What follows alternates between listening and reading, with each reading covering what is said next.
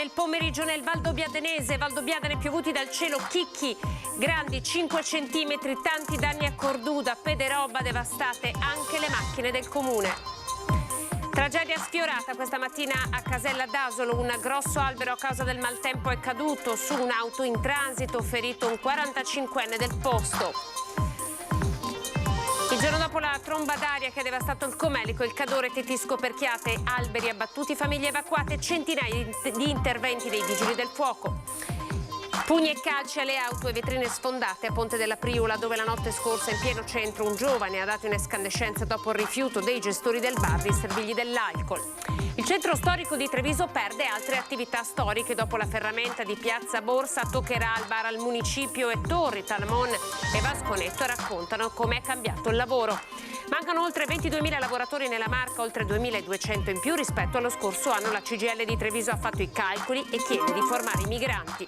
Puntuale con l'arrivo dell'estate arriva anche l'appello dell'Avis alla donazione del sangue e del plasma. La stagione delle ferie coincide con un calo delle donazioni, ma cresce il fabbisogno. Ben ritrovati, buonasera TG Treviso. Avete sentito nei nostri titoli, la nostra apertura è dedicata al maltempo che si è abbattuto su tutto il Trevigiano con chicchi di grandine grossi dai 4 ai 5 centimetri, tanti i danni che ci sono stati. Siamo tra Unigo, Possagno, Cavaso, Pederobba, Valdobbiadene, Montebelluna e Nervesa. Tra poco ci collegheremo in diretta con la nostra Daniela Sizia che sta andando a Pederobba con Simone Merlo per raccontarvi e testimoniarvi che cosa sta accadendo. L'allerta meteo del resto era attesa già a partire da questo pomeriggio ed è stata proclamata fino alle 10 di domani mattina. Vedete, queste sono le immagini dei chicchi di grandine che si sono abbattuti nei comuni che vi ho appena elencato, danneggiate anche tutte le macchine del comune di Pederobba. Tra pochissimo sul posto con la nostra Daniela Sizia. Ma intanto il maltempo di ieri sera e di questa notte a Casella d'Asolo, dove è stata sfiorata di fatto la tragedia, un grosso albero è caduto su un'auto in transito, è stato ferito un 45enne del posto. È rimasto incastrato nell'auto travolto da una grossa quercia secolare caduta all'improvviso. La macchina stava transitando lungo questa via quando l'albero è crollato, distruggendo la recinzione della proprietà privata e finendo in mezzo alla strada.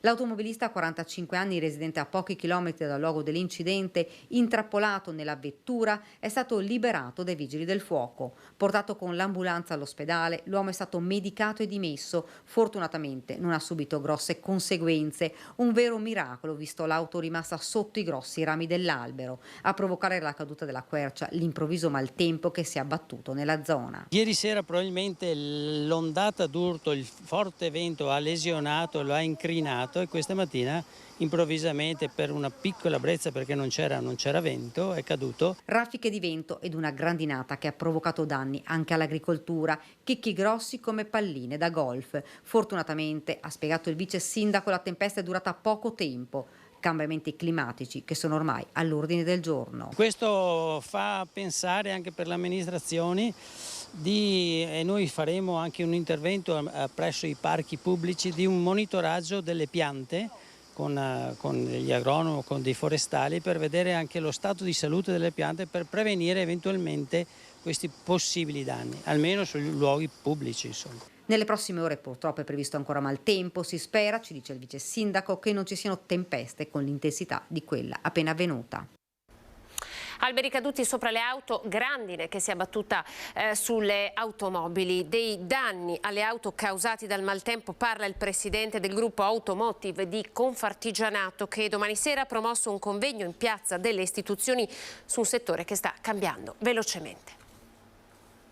Abbiamo vetture che si trovano nella condizione che la riparazione costa di più del valore dell'auto, quindi diventa un dilemma per il cliente e a volte qualche volta il cliente si tiene la macchina rovinata e corre lo stesso se può farlo, insomma, chiaramente. Le immagini delle auto schiacciate sotto gli alberi abbattuti dalla furia del vento impressionano anche chi, come meccanici e carrozzieri, si trovano sempre più spesso a fare i conti con veicoli danneggiati da eventi atmosferici improvvisi e violenti.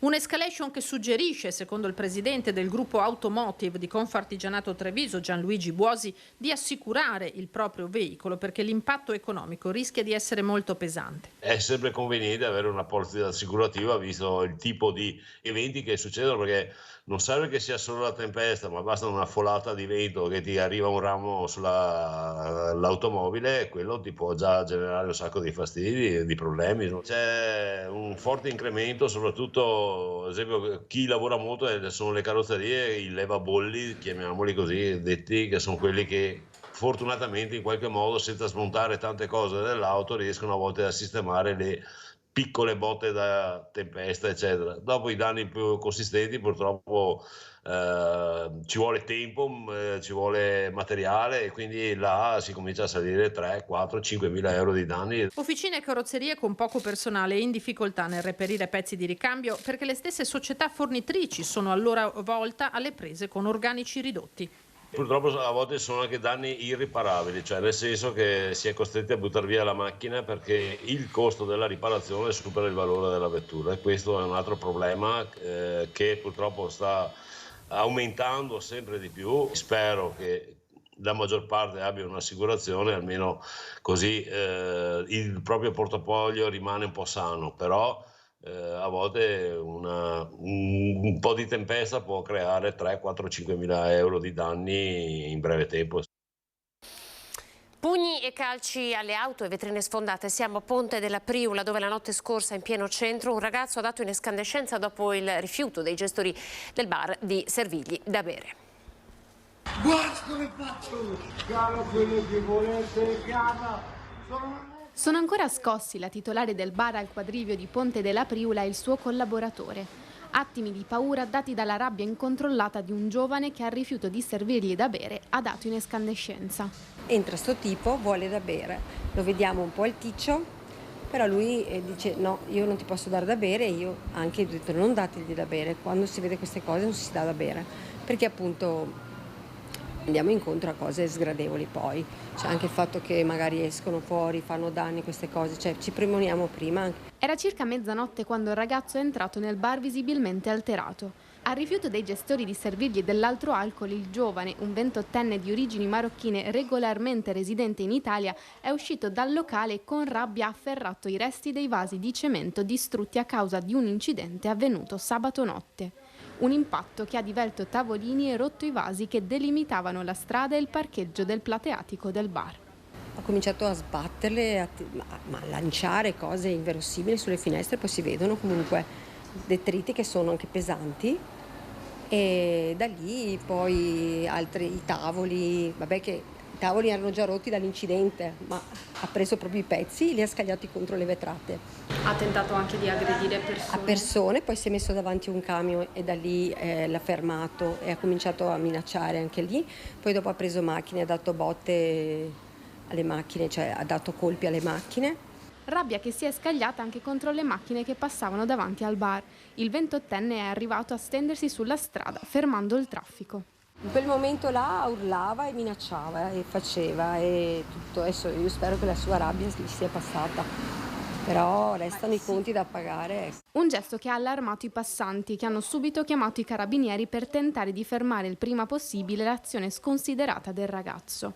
Portato al pronto soccorso di Conegliano per degli accertamenti, il 28enne è stato querelato dal gestore del bar.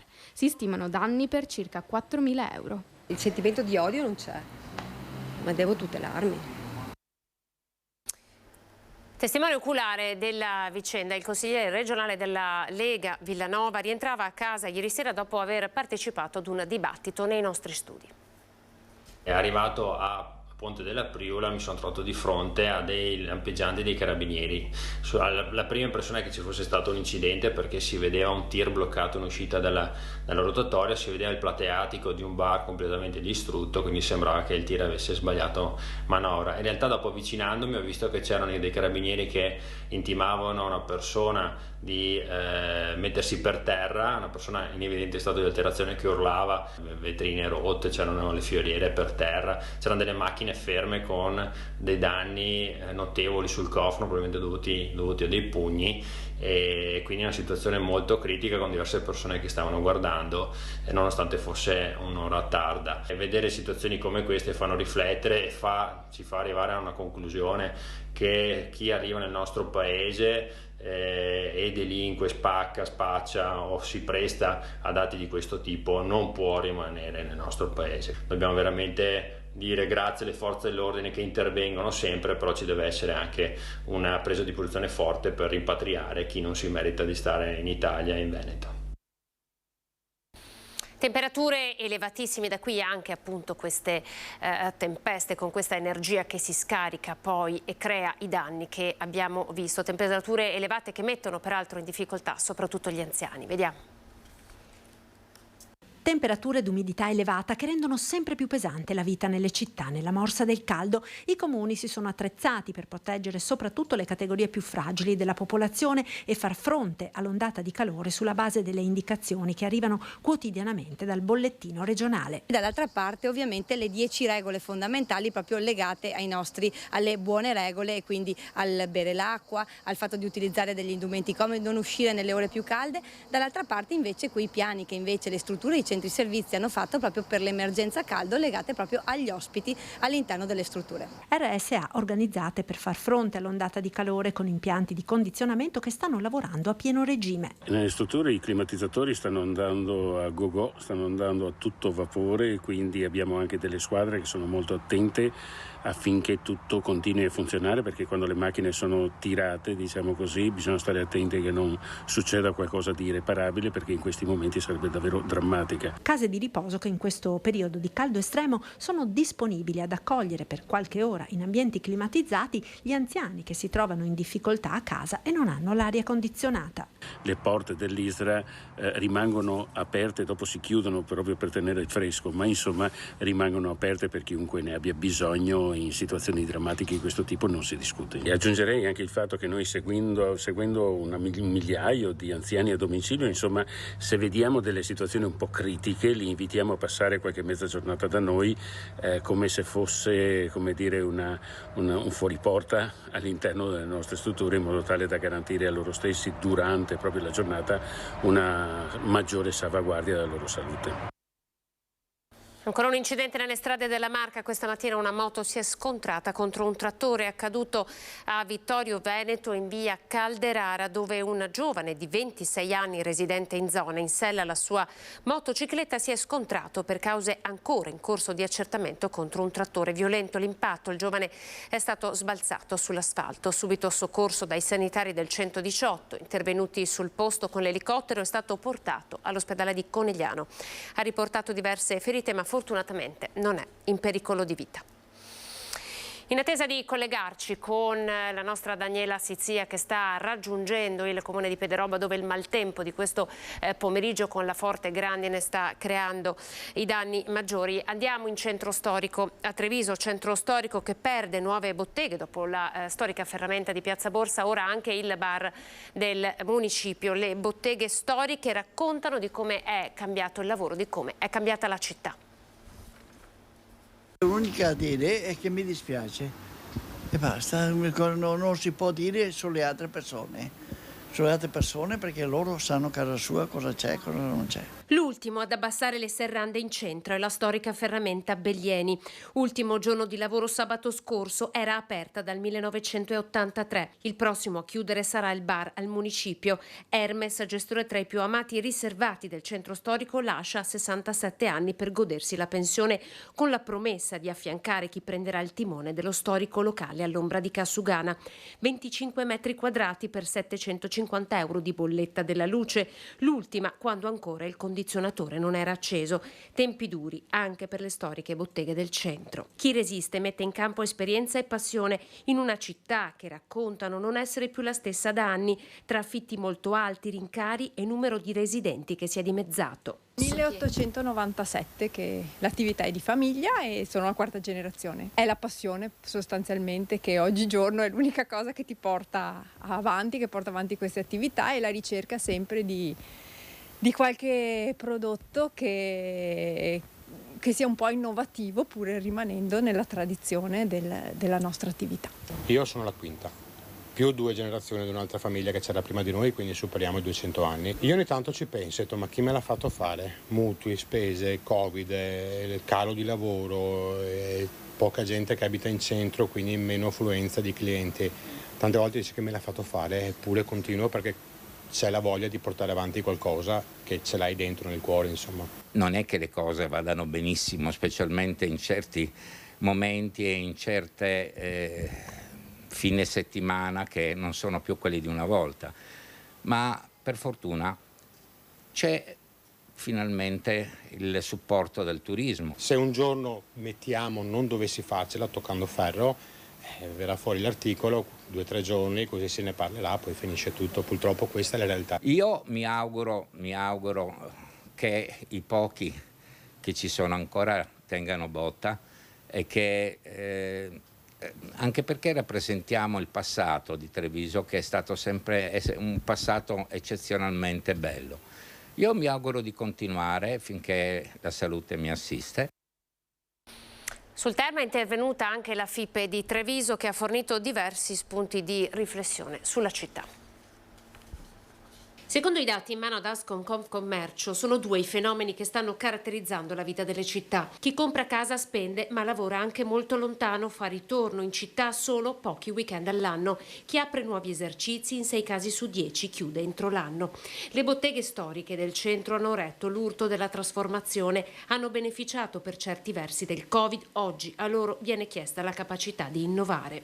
C'è un grande aumento di turismo che tra l'altro poi è affascinato da queste botteghe, da questi artigiani, da questi maestri dei mestieri, però allo stesso tempo forse noi come cittadini dovremmo farci delle vere riflessioni su quelle che sono, diciamo, le decisioni quotidiane rispetto all'acquisto di un prodotto che oggi purtroppo non diamo più a questo tipo di profilo, di artigiano, di bottega di vicinato, ma stiamo regalando probabilmente a delle mani sbagliate. L'associazione che riunisce i pubblici esercizi, la FIPE, chiede ai trevigiani di ritrovare il piacere di acquistare in bottega e al Comune l'impegno nel promuovere gli ultimi gioielli rimasti in città, politiche per il ripopolamento di Treviso. Ci aspettiamo anche delle iniziative dal punto di vista dell'amministrazione o comunque dello Stato, perché poi non è solo un problema di Treviso quello che viviamo, ma ad incentivare quindi il ripopolamento e alla vita quotidiana che poi tornerebbe a far girare l'economia anche di queste piccole realtà. Tra le cause dell'abbandono del centro da parte dei trevigiani, conferma Pozzobonna, c'è l'aumento del prezzo al metro quadro delle abitazioni, oltre al rincaro degli affitti, che in alcuni punti allinea Treviso centro storico a Venezia. E poi ci sono i dati sul lavoro, i dati della CGIL di Treviso. Mancano oltre 22.000 lavoratori nella Marca, oltre 2.200 in più rispetto allo scorso anno. C'è una necessità di circa 22.000 lavoratori tra luglio e settembre. Mancano lavoratori in Veneto come nella provincia di Treviso. La CGIL della Marca ha fatto i calcoli quantificando in 22.230 i posti di lavoro scoperti da qui a settembre, 2.230 in più rispetto allo scorso anno.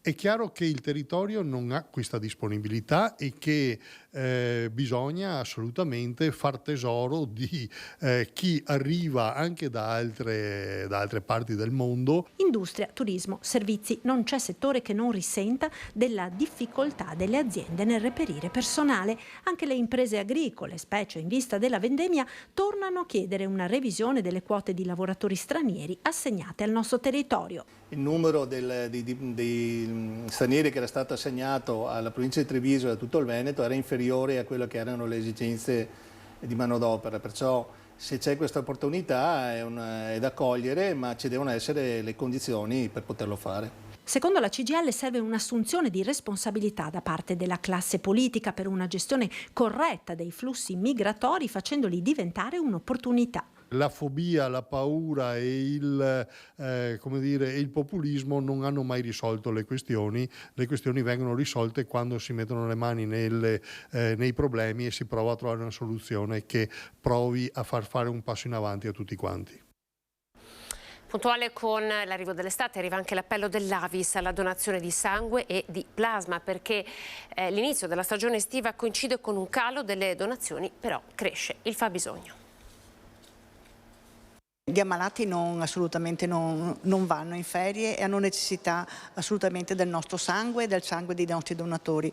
Però vorrei fare un invito anche per la donazione del plasma.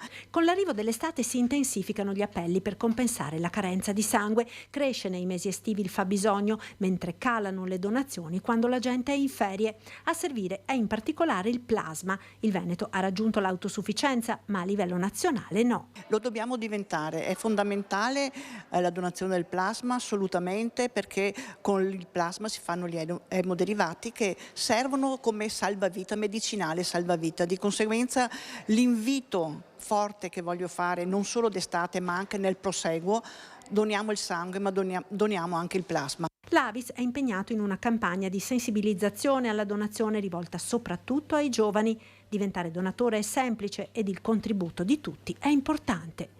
I requisiti sono quelli perlomeno di aver compiuto 18 anni, di pesare almeno 50 kg e poi possono andare nei centri trasfusionali, fare una visita dicendo che vogliono diventare donatori, fanno una visita con il medico, una compilazione di un questionario e poi ci sarà un piccolo prelievo per vedere l'idoneità del donatore. Non è una cosa difficile da farsi, lo possono fare nei centri trasfusionali di tutto il Veneto e lo possono fare neanche nelle articolazioni organizzative, vale a dire la raccolta associativa di Avis che si fa a Venezia, Padova e Treviso.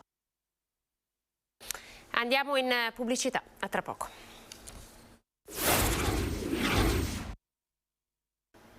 TG Treviso, ben ritrovati. Abbiamo aperto questo notiziario con la notizia legata al maltempo. Siamo in attesa di collegarci da Pederoba con la nostra Daniela Sizia in compagnia di Simone Merlo, ma intanto andiamo a conoscere la signora Romana Cardine, la più anziana del comune di Ponte di Piave, che oggi ha compiuto 101 anni.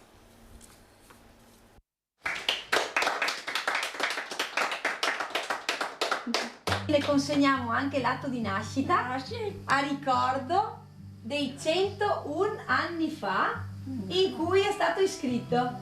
Quanti anni poi? 100 candeline più una per Romana Cardin, un traguardo raggiunto con una forza e uno spirito da fare invidia alle nuove generazioni. Il segreto? Lavorando, non sto dove vanno, lavorando, sempre lavorare. Sempre. La morte del padre quando aveva poco più di 15 anni e l'impiego dalle suore, il lavoro come magliaia e i campi da coltivare. Spostamenti a piedi che la portavano a Negrisi, a Levada e Ponte di Piave, troppo costosa la bicicletta per muoversi più velocemente. La guerra e i bombardamenti, ricordi ancora vivi. Ci si scondeva, cara, si andava sotto i quarti, perché si aveva paura.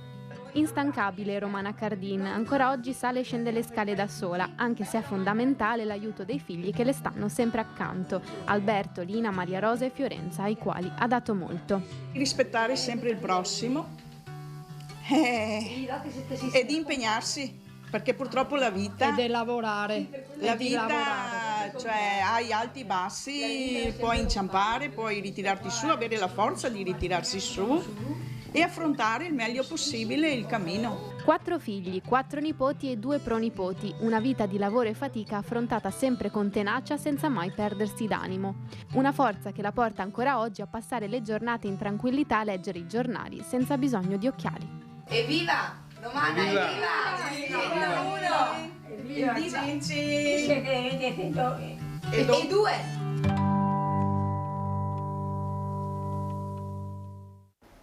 Il maltempo è la notizia di apertura, vedo collegata la nostra Daniela Sizia. Daniela, buonasera, dove ti trovi? Buonasera Anna, buonasera ai telespettatori, ci troviamo a Pederoba, siamo dietro al comune di Pederoba, sono anche con il sindaco Marco Turato. Intanto buonasera sindaco. Buonasera a lei, buonasera a tutti voi. Vi faccio vedere subito Le auto, queste sono le auto che erano parcheggiate, sono distrutte, come vedete è scoppiato il vetro, non vi dico sopra, la carrozzeria è completamente devastata.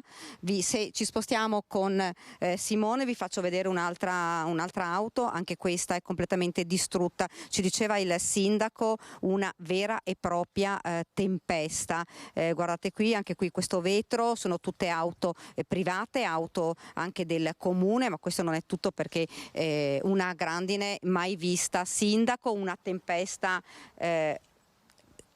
sembra anche in attesa, nel senso che si sapeva che ci sarebbe stata un'allerta, ma non di questo tipo, di questa consistenza. Sindaco, nel comune tanti danni. Tantissimi danni, il cielo era plumbeo fino alle 17:30, verso le 6, verso le 18 è scoppiato il finimondo, una cosa che ha distrutto automobili, piantagioni, tetti, pannelli fotovoltaici e tutto ciò che potete immaginare che possa creare una pallina di tennis che cade dal cielo, ma numerose palline di tennis, ma era ghiaccio, un disastro. Una tempesta che è durata quanto, sindaco? Un quarto d'ora circa, un quarto d'ora di devastazione totale. Io ero a casa, ho cercato di coprire l'auto di mia moglie, ma anch'essa è da portare in carrozzeria perché è distrutta. Senta, ci diceva anche piantagioni completamente distrutte dopo questa grandinata. Sì, se ciò che vediamo sulle automobili è quello che potremo vedere sulle piantagioni, immagino che i danni siano elevatissimi. Domani mattina già sono d'accordo con gli uffici preposti, faremo una riunione d'emergenza e ci coordineremo per dichiarare lo stato d'emergenza totale, perché mai vista una roba simile. I cittadini hanno già chiamato, hanno già allertato anche il comune? Moltissimi cittadini mi hanno chiamato disperati perché c'è chi piove in casa perché il tetto è stato bucato. Di conseguenza potete immaginare la disperazione che ha colpito questa devastazione in un quarto d'ora. Ed il cielo non promette bene, sindaco? Sono talmente amareggiato che a questo punto mi aspetto di tutto. Purtroppo è una frase fatta, le stagioni sono cambiate, però è il dato di fatto e dobbiamo sempre essere pronti al peggio. Fra l'altro tutta la zona del Montello, Anna, è stata completamente devastata. Abbiamo parlato con il sindaco di Cornuda, dice a fasce, è passata a fasce e dove è passata la grandine ha davvero distrutto tutto, così come Valdobbiadene. Si è salvata leggermente con meno danni la zona del Vittoriese, però tutta questa zona è una zona che è la maggiormente colpita. Anche i sindaci si stanno sentendo perché quasi tutti i sindaci stanno girando per i paesi. Il sindaco di Cornuda ci diceva sto girando per cercare di capire quali sono i danni, quanti sono i danni, così come anche il sindaco di Valdobbiadene e il sindaco di Vittorio. Insomma, sindaco, purtroppo l'allerta meteo c'era, però non si può fare niente con questi cambiamenti repentini, improvvisi, queste tempeste che non si possono fermare. Non ce la possiamo prendere con nessuno perché ormai sono all'ordine delle cose, nel senso che questi eventi atmosferici improvvisi sono ormai all'ordine del giorno, però mai abbiamo visto una cosa simile. Ho parlato con diversi anziani del paese, anche ultra ottantenni, e non hanno mai visto una cosa simile. E Anna, se hai un altro secondo ti faccio vedere anche questo furgone che ci diceva il sindaco, è un furgone fra l'altro molto nuovo, vi faccio vedere perché anche qua quindi la forza di questa grandinata pazzesca. Vi faccio vedere il vetro di questa, non so se si riesce a vedere Simone, anche di questo furgone, non vi dico la carrozzeria che è completamente a bozzi, così le auto, così i mezzi, ma come vi ha detto il sindaco ci sono delle case che sono state scoperchiate, ci sono delle case con dei buchi dove sta piovendo dentro, quindi sarà comunque una serata e una nottata davvero difficile in tutta questa zona. Abbiamo visto però insomma grandinata che c'è stata anche nella zona di San Biagio di Callalto dove c'è la nostra sede, danni ce ne sono davvero ovunque. Sindaco, da domani che cosa si fa? Da domani ci tiriamo sulle maniche e iniziamo a lavorare in tal senso. Cercheremo di dare risposte ai cittadini con le armi che abbiamo, facendo leva sulle istituzioni preposte a ciò, e di conseguenza cercheremo di andare incontro a quei cittadini che hanno subito danni ingentissimi e purtroppo sono molti. Ecco, molti cittadini ci diceva lei che hanno addirittura dei buchi sui tetti. Sì, purtroppo ho ricevuto una telefonata che ha dovuto mettere il telo sopra il tetto perché gli entra acqua dal soffitto. E sta ricominciando anche a piovere, sindaco. Non c'è mai fine a queste situazioni, purtroppo ora è così, speriamo che cambi, però sono veramente amareggiato. Amareggiato ovviamente, è una situazione davvero difficilissima questa, come dicevo sarà una notte lunga e difficile per molti cittadini e purtroppo molte all'amarezza perché molte auto e molte case sono danneggiate. Anna, se non hai domande ti restituisco la linea. Grazie alla nostra Daniela Sizia con la collaborazione tecnica di Simone Merlo. Noi di Maltempo continuiamo a parlare, apriamo la pagina di Belluno.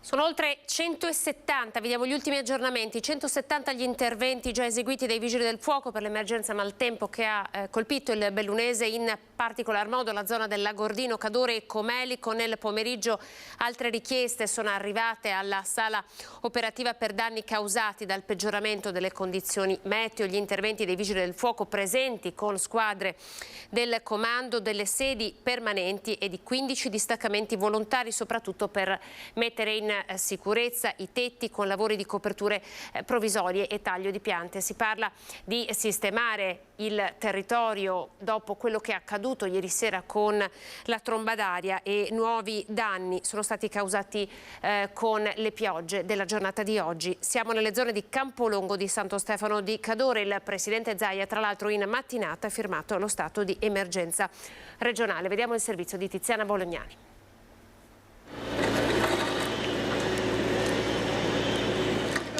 Ho preso tanta paura, è andata così. Dov'era quando si è scatenato il finimondo? Io ero in camper mio e ci siamo aggrappati al tendalino perché stava volando via. Guarda la sua auto sconsolata e piange questa turista di Mestre che ieri pomeriggio ha vissuto momenti di puro terrore a Campolongo di Santo Stefano di Cadore. Una bufera di vento con raffiche oltre 140 km/h si è incanalata nella valle attraversata dal Piave e ha scoperchiato case, schiantato gli alberi, caduti uno dopo l'altro come birilli. Se non è una seconda vaia poco ci manca. Queste le condizioni che abbiamo trovato, questa è la situazione che abbiamo trovato questa mattina all'esterno del camping Comelico, dove ci sono le macchine operatrici che stanno lavorando. Guardate la distruzione delle auto sepolte dagli schianti degli alberi. Tutto attorno a noi c'è una immagine che emotivamente ancora richiama i drammatici eventi di 4 anni fa. È una cosa impressionante che in mezz'ora possa essere successo questo. Io ieri ero nel bosco, fortunatamente nell'altro versante mi è andata bene, ecco, dico mi è andata bene, quindi fa paura pensare che da piccoli venivamo qua a giocare, insomma, chi mai pensava una cosa del genere? Comunque una mini vaia, ecco. Una decina le case scoperchiate nella frazione di Campolongo, dove si sono subito concentrati i soccorsi. Oltre 100 interventi complessivamente avete eseguito durante queste ore. Qui che cosa c'è in particolare? Qui in particolare c'è una situazione un po' difficoltosa, in quanto è stato tolto il manto di copertura di questa abitazione e ha coinvolto 2 camini molto pesanti che sono stati avvolti all'interno. I vigili del fuoco in massa sono stati mobilitati, effettivi e volontari da tutta la provincia, con ogni mezzo a disposizione e con l'aiuto dei colleghi di Treviso, Padova, Vicenza e Verona. Oltre a Santo Stefano ci sono state coinvolte anche la zona di Falcade, Taibon e Caviola e Caprile. Qui nella zona più coinvolta appunto è la zona di Campolongo e la zona di Santo Stefano. Igor Casanova, storico gestore del camping Comelico, che da anni è il rifugio dei turisti provenienti da ogni provincia del Veneto, oltre che dal resto d'Italia e dall'estero, spalanca le braccia e guarda il cielo che pure questa mattina improvvisamente si è incupito. La situazione fuori era impressionante. Fortunatamente non è successo niente. Però adesso comincia a tuonare. Adesso comincia a tuonare, c'è ancora qualche pianta pericolosa, stanno intervenendo i pompieri, speriamo velocemente, per mettere il tutto in sicurezza. Vorrei ringraziare i miei ospiti, i miei vicini, perché ci hanno aiutato In 2 ore abbiamo liberato tutto. Sono veramente un grazie di cuore. Ed è diventato virale in men che non si dica il video realizzato proprio a Campolongo da un giovane che con il cellulare ha ripreso l'attimo esatto in cui gli alberi si sono abbattuti al suolo sferzati dalle violente raffiche di vento. Quel giovane abita a poca distanza dal camping, si chiama Vincenzo D'Ambros e questa mattina lo abbiamo intervistato.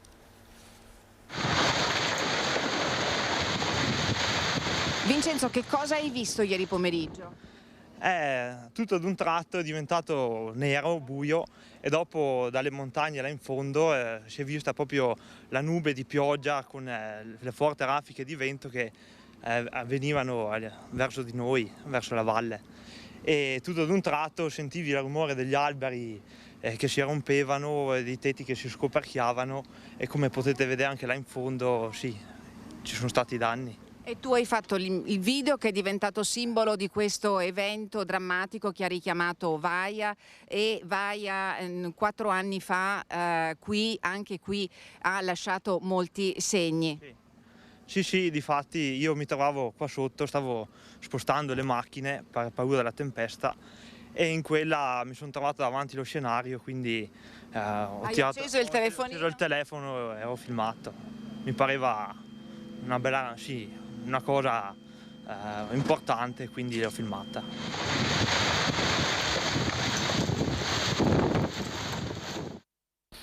Il maltempo si è ripresentato poco dopo la mezzogiorno di oggi, ancora vento, pioggia e grandine con nuovi disagi in Comelico. La Presidente degli industriali bellunesi ha ringraziato tutti gli operatori dell'emergenza che si stanno prodigando per portare soccorso. Ora, afferma in una nota, si applichi il modello Vaia e occupiamoci di cambiamento climatico ad ogni livello. Il parco giochi di Pian delle Risce a Rocca Pietore, appena rimesso a nuovo, distrutto dagli schianti che ieri hanno interessato l'Alto Agordino. Da Rocca Pietore un reportage video realizzato questa mattina dal sindaco Andrea De Bernardin. Un po' qua un po' là ha fatto chiaramente dei danni che non sono paragonabili a Vaia, ma in un momento in cui il territorio si sta risistemando, queste continue cose minori non ci aiutano. Agordino, Cadore, Comelico e Ampezzo, senza scordare la zona di Auronzo Misurina. Una nuova allerta gialla per criticità idrogeologica su tutto il territorio veneto è stata emessa alle 15 di oggi fino alle 10 di domani. Danni alle aziende agricole sono stati segnalati dalla Presidente di Coldiretti Belluno. In alcune zone della nostra provincia ancora questa mattina mancava l'energia elettrica, proprio perché magari sono caduti anche degli alberi sulle linee dell'energia elettrica, e speriamo che il gestore riesca quanto prima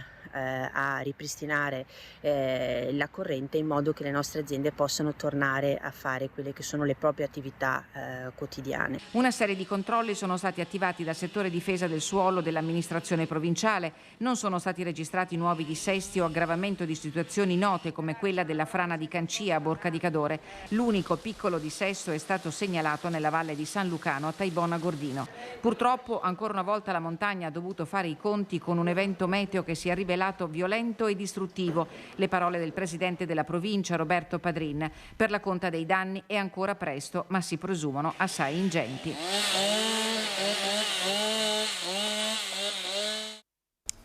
Siamo alla strage di Santo Stefano di Cadore. Non si terrà nessuna udienza in tribunale a Belluno per il conferimento dell'incarico per realizzare la fondamentale consulenza tecnica cinematica sulla tragedia stradale. Il sostituto procuratore Simone Marcon, titolare dell'indagine per triplice omicidio stradale a carico dell'automobilista tedesca di 33 anni Angelica Utter, ha affidato la perizia al proprio consulente tecnico Andrea Calzavara senza contraddittorio tra le parti.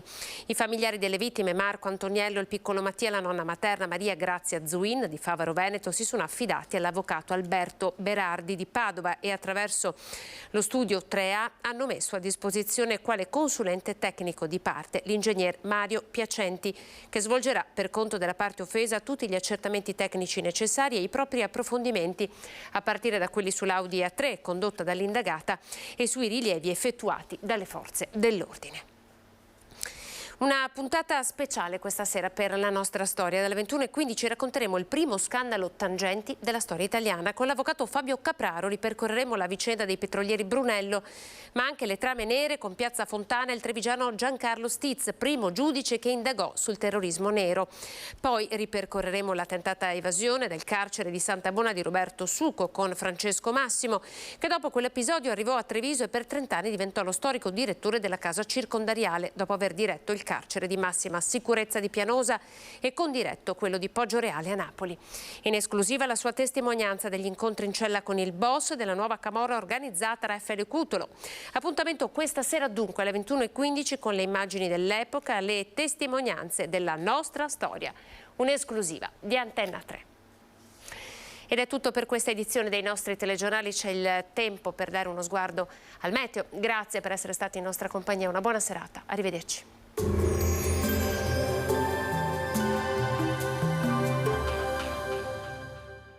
Entra nel mondo Lolato. Da oltre 40 anni un team di professionisti per migliorare la qualità della tua vita. Centro del piede con servizi di podologia. Laboratorio per la produzione di plantari e calzature su misura. Bentrovati al meteo. L'anticiclone africano inizia a indebolirsi, concedendo una temporanea tregua da qui al weekend. A seguire il caldo tornerà presto a farsi più intenso. Vediamo insieme il dettaglio.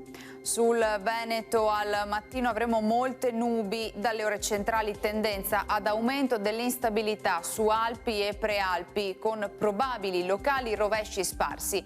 Non si escludono temporali di forte intensità con grandine, raffiche di vento e forti rovesci. Altrove maggiori spazi di sereno. Temperature in lieve calo, minime tra 18 e 24 gradi, massime tra 30 e 34 gradi. Ci spostiamo ora sul Friuli Venezia Giulia. Sarà più stabile nelle ore centrali con ampie schiarite. Dal pomeriggio rovesci e temporali sparsi su zone montane e costiere. Temperature minime tra 20 e 24 gradi, massime sui 31-32 gradi. Infine diamo uno sguardo alla situazione del Trentino Alto Adige, dove sarà soleggiato ma ancora con temporali anche intensi, più probabili dal pomeriggio sera. Temperature minime intorno ai 19 gradi, massime sui 32-33 all'incirca. Dal meteo di Antenna 3 per ora è tutto, grazie per l'attenzione, arrivederci.